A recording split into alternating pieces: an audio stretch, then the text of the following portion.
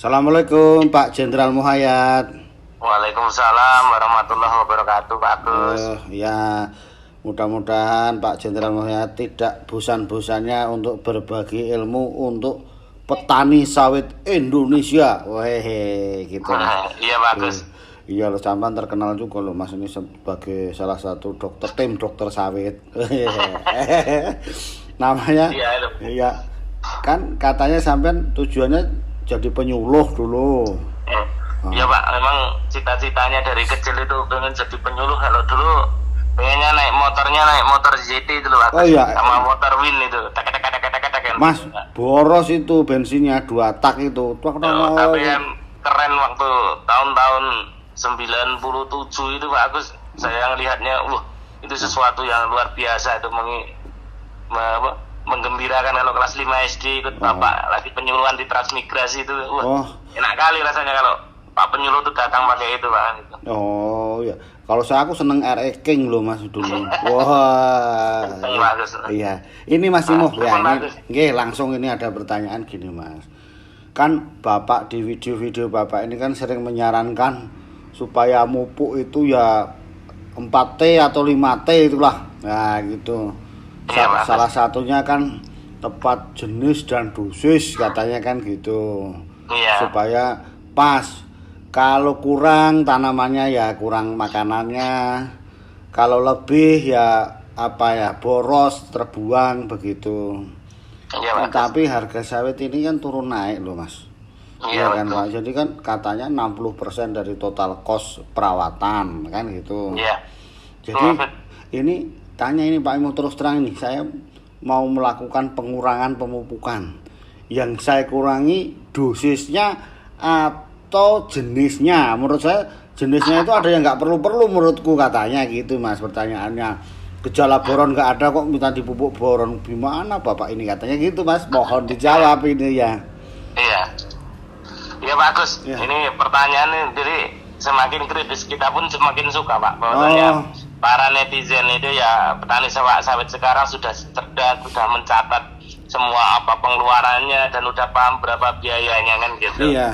Walaupun kadang yang memang petani murni tidak pernah menghitung tenaga yang dilakukan pakai kos kan gitu Pak. Iya. Nah, cuma pupuknya itu ya minta pupuk aja kan. Nah, gitu. Itu Mas. Iya. Ya kalau saat ini ya mungkin para netizen semuanya jadi biaya costing pupuk itu kan kisaran 30 sampai 40 ribu sama ongkos taburnya per pohon Pak per tahun kan gitu. Oh gitu. Nah, jadi uang 30 sampai 40 ribu itu kan begitu mahalnya karena itu kan ekuivalen kalau tandannya beratnya sekitar 15 sampai 20 kilo kan berarti kan 2 tandan Pak dalam 1 tahun yang harus kita keluarkan untuk mengembalikan lagi kan Mas. Untuk mengembalikan lagi. Tapi itu sesuatu yang memang tidak dipungkiri itu wajib dilakukan kan gitu Pak. Nah itu tadi kata wajib ini Mas yang pening petani Mas. Iya karena begitu para pekebun atau petani menunda pemupukan otomatis ya pasti mengefek terhadap berat tandannya, terhadap jumlah janjangnya di 2 tahun kemudian kalau berat janjangnya kan gitu bagus. Iya. Jadi memang konsep yang ditanyakan oleh para pekebun tadi Pak itu sangat menarik. Yang kalau efisiensi itu yang penting jenisnya atau dosisnya ini yang pertanyaan. Iya. Tapi saya kembalikan dulu, saya kasih gambaran tentang efisiensi pemupukan Pak Agus. Jadi efisiensi pemupukan itu kan bisa ada berbagai dengan 3 hal Pak Agus. Yang pertama bisa melalui jenis pupuknya, yang kedua dengan metode aplikasinya, yang ketiga dengan teknik aplikasinya. Ya, jadi ketika pilihannya itu jenis atau dosis itu bisa kombinasi Pak Agus. Dosis akan berkurang apabila metode aplikasinya juga berbeda kan gitu Pak Agus. Betul. Jadi itu juga akan menarik. Contohnya Pak Agus, ini kita berbicara dengan jenis pupuk dulu Pak Agus. Iya. Ya, misalkan kita pakai pupuk tunggal. Iya. Nah, tingkatan pupuk itu kan biar kita tahu Pak Agus sama-sama dari efisiensi yang paling rendah ke yang paling tinggi ya Pak Agus ya. yang paling rendah itu kan pupuk tunggal Pak Gus. Oh, oke. Di atasnya itu ini efisiensi Pak, nanti biar nggak salah paham kan gitu. Bukan haranya. Habis itu ada di atasnya itu adalah NPK granuler Pak Gus. Oh, NPK granuler, oke. Di atasnya granuler itu ada namanya NPK granular SRF Pak. Oh, SRF, slow release SRF fertilizer. Itu namanya slow release fertilizer. Oh ya. Nek wong Jawa ngarani Pak alon-alon iki nih Pak. Alon-alon metune waton klakon. Gitu ya. Nah, yang di atasnya NPK granuler SRF itu lagi ada NPK compact SRF Pak Agus. Oh iya, Mas pokoknya. Jadi pupuknya memang sudah slow release fertilizer, tapi di compact Pak pupuknya. Misalkan ada yang bentuk buana buletan, ada yang bentuk gepengan, ada yang bentuk pipa kan gitu Pak Agus. Dan di atasnya NPK Kompak SRF itu ada NPK CRF kan gitu Pak. Itu lebih kontrol release fertilizer. Jadi istilahnya itu ya pupuknya alon-alon tapi bisa dikontrol kita pengennya seperti apa kan gitu Pak. Jadi ada 5 tingkatan jenis pupuk terhadap efisiensi kan gitu. Berarti kan kalau yang ini kan masih mau petani kan biar paham gitu. Berarti kalau pupuk tunggal urea itu kan ya yang menguap atau yang hilang banyak kira-kira gitu kan? Iya kan gitu Pak. Ya ini kan biar sama-sama ini. Jadi kalau pupuk tunggal tadi saya sampaikan, ketika urea itu kita taburkan 1 kilo Pak Agus. Itu yang hilang itu bisa sampai 45% kan itu Pak Agus. Hampir separuhnya hilang. Waduh. Efisiensinya itu 55% Pak Agus. Efisiensi 55%. Nah, kalau TSP yang kita tabur 1 kilo itu efisiensinya hanya 30% Pak, 70% hilang Pak. 70% hilang. Alah Mak Jang, ini ilmu apa lu Mas? Pada tahu nanti kan sudah belinya mahal, nggak efisien pula kita ngasihnya hilang. Iya kan, Pak, karena kan TSP itu kan mudah dijerap Pak, P2O5 itu kan mudah dijerap Pak, FE kan gitu bagus, makanya efisiensinya rendah. Terus kalium sama dolomit ini sama-sama memiliki efisiensi yang tinggi, jadi 80% bagus. 80% ya. Mas itu ngomong-ngomong yang P tadi, itu sama antara TSP, SP36 sama RP Mas? Ya kan sebenarnya mau TSP, mau SP36 maupun ini kan ada ketentuannya Pak, itu ada kandungan P2O5 kan Pak? Oh iya. Yang membedakan itu hanya kadar haranya, tapi kalau kayak RP kandungan 28%,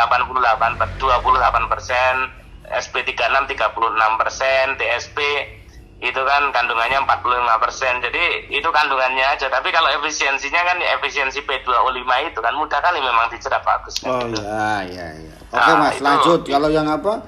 Yang ini Mas, tadi dolomit 80% ya sama KCL. Iya, kalium Pak. Ya betul Pak Agus. Kalau boron Mas, boron? Ya, kalau boron ini kan kecil Pak Agus. Iya. Tapi dia juga hampir mendekati karena bentuknya kecil jadi mudah kali hilang Pak Agus, jadi mendekati urea Pak Agus kan gitu. Oh udah kecil hilang pula Mas. Nah, itu. Iya makanya betul Pak Agus. Nah makanya tadi pertanyaan tadi ketika antara jenis dan dosis maka kita harus modifikasinya. Ketika jenis pupuknya tunggal kan gitu Pak Agus. Metode aplikasinya untuk menurunkan dosis berarti kalau dosis taburnya misalkan 1 kilo Pak Agus, berarti kalau mau ngurangi dosis ya kita bisa kurangi misalkan dari menjadi 750 Pak Agus gram, tetapi pupuknya harus dibenam kan gitu Pak Agus. Jadi sebenarnya kalau pilihannya, kalau pertanyaannya tuh milih dosisnya atau milih jenisnya, makanya yang nggak tolerir kita akan milih dosisnya bagus. Dosisnya yang dikurangi, jenisnya masih dapat semuanya. Oh gitu. Tapi kalau berbicara mana yang bisa diefisiensi, mengurangi dosis, maka metode aplikasinya yang harus diubah kan gitu bagus. Mas, sebelumnya ditabur bisa kita dengan benam ataupun dengan mulsa bagus. Kan sekarang ada pemupukan itu bisa dengan mulsa bagus. Oh gitu, kita masukkan pupuknya terus kita tutup pakai mulsa itu juga bisa. Iya. Mas, itu tadi kan ngomong-ngomong kan pertanyaannya kan nggak begitu maksudnya Mas. Oh gimana Pak? Maksudnya tadi kalau itu efisiensi artinya yang punya kebun punya duit banyak Mas. Memang mau meningkatkan efisiensi ya kan. Pokoknya jadi menghemat bagus lah gitu kira-kira. Ini masalahnya Mas. Ini kami itu udah untuk pupuk duitnya udah pas-pasan loh Mas, yang mau kita kurangi dosisnya.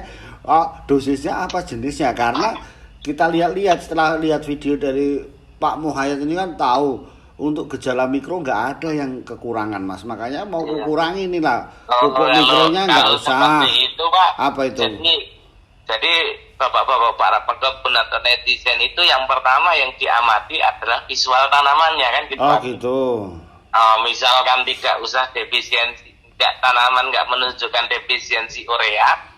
Itu tetap diberikan pupuk urea tapi bisa dikurangi kan gitu. Wah, itu maksudnya. Misalkan 1 kilo bisa dikurangi 250 gram, tapi kelipatannya 250 gram saja, jangan terlalu turun kan gitu. Oh iya. Tapi kalau kantong mulai menipis banget ya bisa 50% kan gitu. Iya, itu tadi. Tapi jangan sampai ketika tanaman udah mengindikasikan defisiensi fosfat meminggang gitu Pak Gus, sekitar Spanyol, terus kita paksa nggak dipupuk, ya itu nyalahi aturan lah Pak Gus. Oh iya, itu kalau itu wajib untuk harus punya terus tanamannya warnanya udah belang-belang kuning, spot-spot orange spotting, terus sudah defisiensi kalium.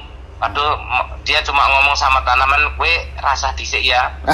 Jadi tanggung bayar anak sekolah gitu ya nggak boleh bagus. Itu tadi maksudnya, kalau boron engko sik lah, nanti kan gitu untuk bayar anak sekolah gitu. Jadi, betul. Maksudnya kalau efisiensi yang dimaksudkan Pak pekebun ini tadi, ya seperti itu strateginya, mana yang nggak menunjukkan defisiensi, itu yang diprioritaskan untuk di efisiensi. Waduh, inilah jawaban yang kutunggu-tunggu selama ini Mas. Tapi bapaknya yang nanya kalau memang nggak lebih jelas bagus, karena kita kan YouTube kita ini kan bukan semata-mata kita pengen ya bagus ya, tapi kan kita bisa komunikasi dua arah.